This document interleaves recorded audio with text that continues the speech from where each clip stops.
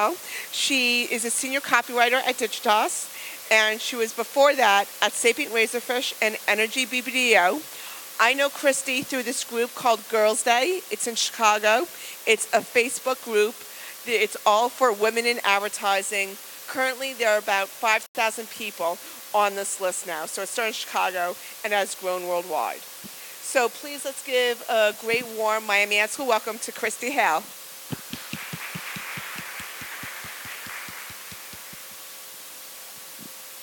Hello. All right. Hi. So if you guys would have asked me to come and talk to you about a year ago, I think I would have definitely said no way.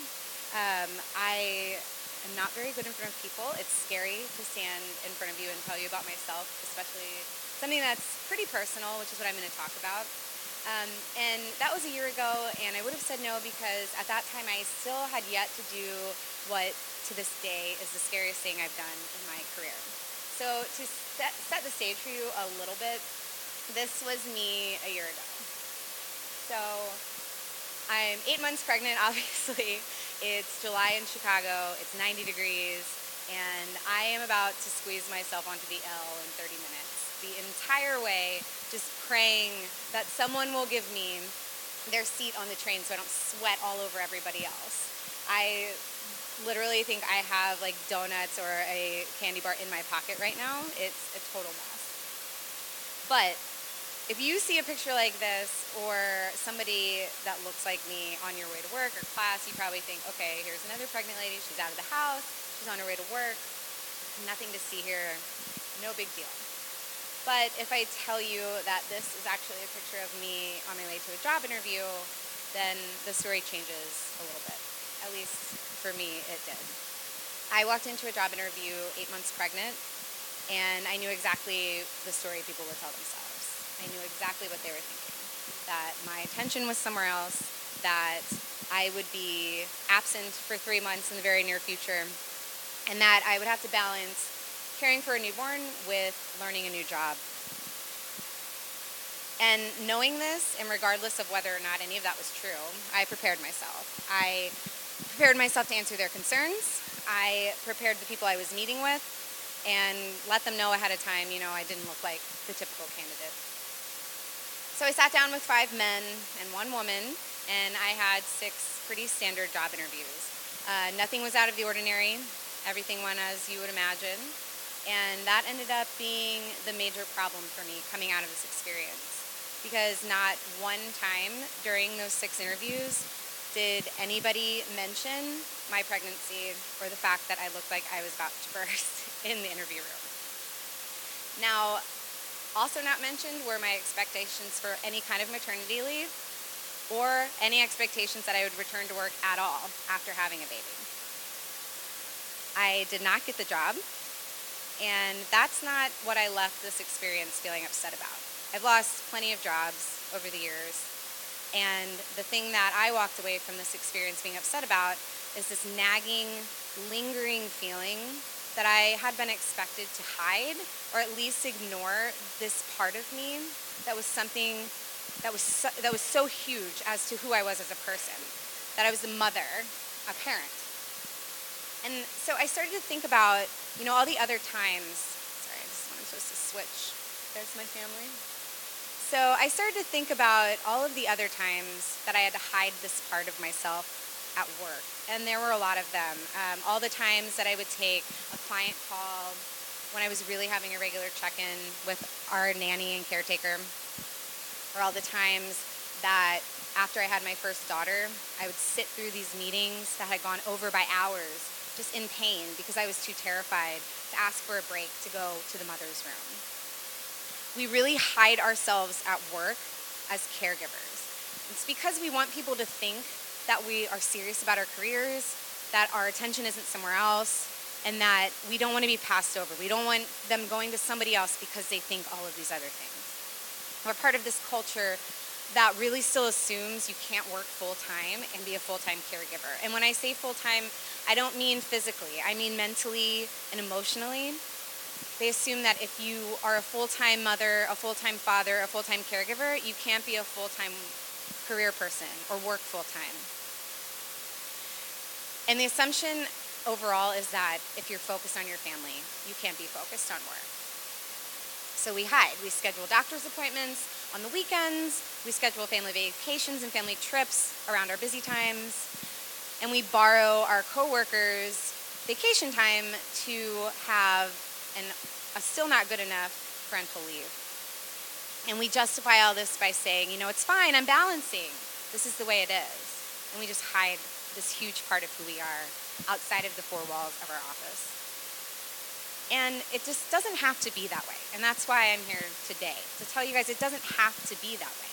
The things that make us great caregivers, the patience, the understanding, the empathy, the ability to deal with incessant childlike demands all the time, those are things you will use and will make you have great work.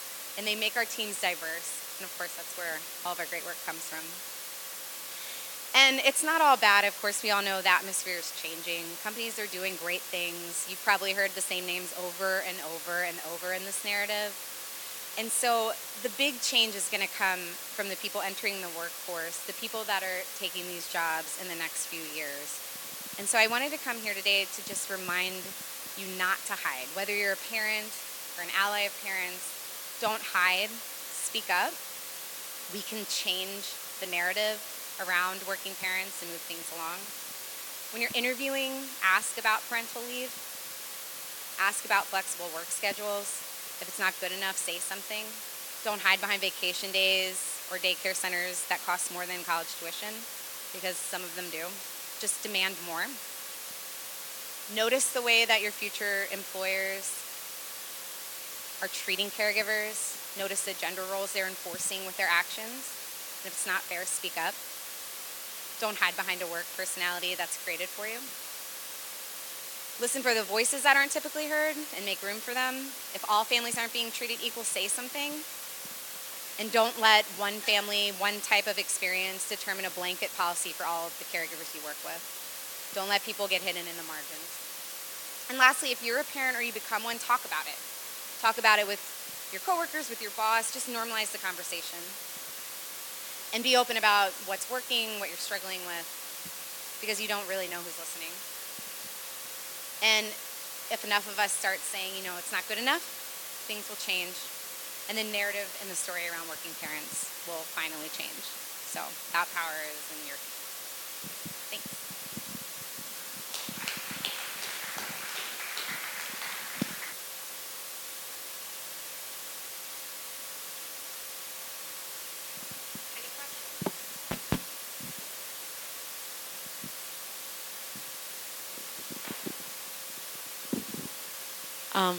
So thanks for this subject, because most of us, I don't know, I'm not there yet, but obviously this is something that at some point will come in our lives. But it's still something that worries me, that I'm gonna ask this in a job interview and I'm gonna be turned down because of asking these questions. Mm-hmm. So yeah, I think that's a legitimate concern, and one that the working mothers I'm with now still have. I think the only way to make any change though is to keep asking those questions. And I will say that things are changing. People are expecting those questions. And if people aren't answering them in the right way, they're being held more accountable. So while I understand that fear, I just want to say that you have the backing of millions of women to support you in those questions. So when you feel afraid to ask that, know that 4 million of us are behind you, supporting you. So you've been hired even though you've been asking these questions? Yeah, I actually got the job that I have right now. I had interviewed, which I don't suggest this, but I interviewed about 6 weeks after having my second daughter.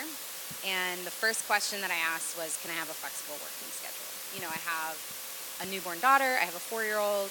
How can you accommodate me and my family? And I had just gotten to the point where I was tired of beating around the bush. I was tired of, asking the polite questions. And so I came out and asked. And the employer that I'm with now was able to accommodate me, but it's only because this is a question they had been getting over and over and over. And I know that's not a very satisfying answer because it's still scary to ask that, but in my experience, asking those hard questions has paid off. So this is a job.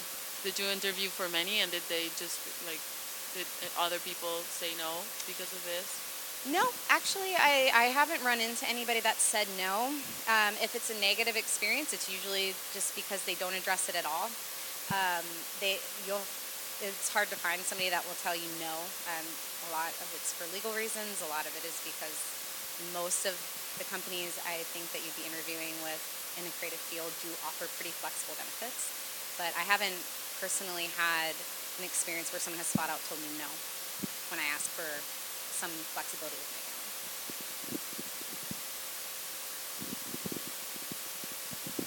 Does your daughter play with Barbie? She does. She loves Barbie and... Okay, because I have one. Oh. So I'd love to give it to her. Oh my God, yeah, she would love it. Oh, thank you. That's awesome. This is so cute. All right, I'll ask the hard questions. How do you know that point where they are gonna turn you down, and it is because of that discrimination, but they never quite say it. How do you get past it? Not just personally, but also call them out on their bullshit. Yeah, because legally they won't ever say it in your face, but they imply it. It's always that constant implication that you're like, you want to say fuck you. Yeah. You are turning me down just because of that. And they see you as a liability versus a possible asset, or just a person with a different viewpoint. Yeah, it's really hard. The job that I interviewed for at 8 months pregnant, like you said, they will legally never tell me that they couldn't hire me because I was 8 months pregnant. But that position's still open today. So I'm not sure, what happened, but I feel your frustration and wanting to kind of say, screw you. I know what's going on behind the scenes, but I think the best way to get back at that kind of situation is to just keep openly talking about it with other women, because you'll find so many of them have the same experience and they have solved it in different ways. I'm still working on how to solve that issue, honestly. But just knowing that this is happening a lot and that other people are trying to change it is really empowering, because it is getting back to employers, and it's a small community that we all work in, and they're going to hear about it eventually. So if you just keep talking and not hiding your experiences, you're going to end up making change in the long run. It's not a super satisfying answer. One of the things I remember when I was first breastfeeding him, is to legally address the fact they didn't have a break room for me. I literally was in the handicap stall pumping. Yeah. How did you address that with legal? Because it wasn't for Obama passing that law, but prior to that, it was... It wrecked me. I'm literally sitting in a restroom. Yep. Pumping. How do you bring that up legally, for accommodations and stuff like that? If your HR department or legal department at work won't answer, go outside. Reach out to other groups of women and mothers in our industry, and they will help you. They have helped me in the past at a job where this makes me so upset because I was in your situation. I was pumping in a room that wasn't locked, where there was no door, where other people were expected to sit at the same table with me and do the same thing. And when HR wouldn't answer our concerns, we went outside of our company and found a group that would help us take actual legal action, because there are laws in place to support you, and you have the right to have that privacy and that break. So if you're not getting the help that you need internally, just please seek outside help. There's so many other women that would be willing to help you. With the flexible schedule, how are you able to have a company or find the right atmosphere or company culture? Because that's one of the things. Nadia and I were taking big risks, pretty much giving up a lot of our old life behind to go into the field of creatives, and we have commitments, we have people, and the thing is, one of the things we find is there's a kind of resistance, saying that you can't do it, or my God, you're sick this day, and you're like, well, I'm trying. And right now, it's still we're still trying to find our balance and Yeah. things. Like, how do you address it without anyone feeling resentful? Or, I don't know, like burdened? Because Yeah. that's the other thing, that we're trained in a way, culturally and stereotypically, that women, we don't want to be a burden. Yeah, exactly. Exactly. You don't want to make what you feel like are excuses for what you're doing for your family. Yeah. And that does, in our minds, it seems like it burdens people on our team. And that is the old way of thinking of things. And you do still at this point have to seek out a supportive, flexible community. And they are out there. I would say seek out strong women leadership at the companies that you're interviewing for. Ask how they raise their families. Ask what they like about being at work in terms of being family friendly. Really ask those questions before you get into a situation where you might find that they aren't as family friendly as they may advertise. I know it's tough because I understand the need to feel like you aren't sacrificing your family life or sacrificing your work life, and you're trying to find that perfect happy medium. Yeah, it's tough. There are places that this can happen, though, and it's getting better. So I see how much you guys are going through. Mm-hmm. So on your husband or boyfriend status, wouldn't he have to, like, what would I have to do if, you were my other half? Yeah. Like, what is something I could do? Great question. I think a lot of people look at family-friendly workplaces or parent-friendly workplaces and you immediately think of the mother. But this is something that affects everyone and that everyone can contribute to. Specifically, the fathers can take paternity leave. I know that's a huge privilege that a lot of people don't have. But if you are offered it, take it. Set the example for everybody else that's watching. If you don't have paid paternity leave, which is sadly such a scarce asset in our community, you can just support the women in your life by being there whenever you can. I mean, just showing up is really the most helpful thing you can do. Supporting a woman's career, supporting your wife or girlfriend or partner's career verbally and in front of other people goes a really long way. Just educating yourself about the issues that everybody is facing so you can be a big supporter. But when it comes to family, I think actually taking that time and speaking about it goes a long way in terms of making an influence on other people. So I have an experience where, well, I'll be honest, like when in the past, when I've done interviews, I don't ever mention that I'm a mom. I pretend that I'm not. Yeah. And then once they make an offer, that's when I inform them that I have children. And then the thing that I've experienced is the kind of questions that they ask after. Some of them can get a little bit too personal. I just wanted to ask you, have you ever experienced where an employer asks you very personal questions? I know you said it's good to ask questions, but then how far is too personal? How far is too far for the employer? Yes. I think there's no fine line there. They should not be asking you any questions about your personal life at all. And if they do, you should be talking to somebody about that experience. They shouldn't be asking you if you have children, if you need to take more time off because of your children. Those aren't questions that should come up in a job interview at all. Yeah. Another thing I realized is that, especially those that don't have kids, is that you don't ask the question of, do you have paid maternity leave? Because it's not something that if you're not expecting, you don't ask at the time. Yeah. But then for me, I fell in that trap because I didn't ask the question the first time around. And then when it came to that time, it was very shocking that, Exactly. And it's very hard going through, Yeah. so. Yeah, it's not something you think about when you're entering maybe your first or second job and you're really not considering a family right away or, even thinking about that. But exactly for the reason you just said, I think it's important that everybody knows those company policies when you get a job because If it's not going to affect you down the line, it might affect your boss, affect your boss or your coworkers. And I think that's important information for everybody to have, because you want to be able to create a community of support. You also want to be able to prepare yourself when you need to have, your coworkers out on maternity leave. How does that work? How will new employees come in and take over that work? It's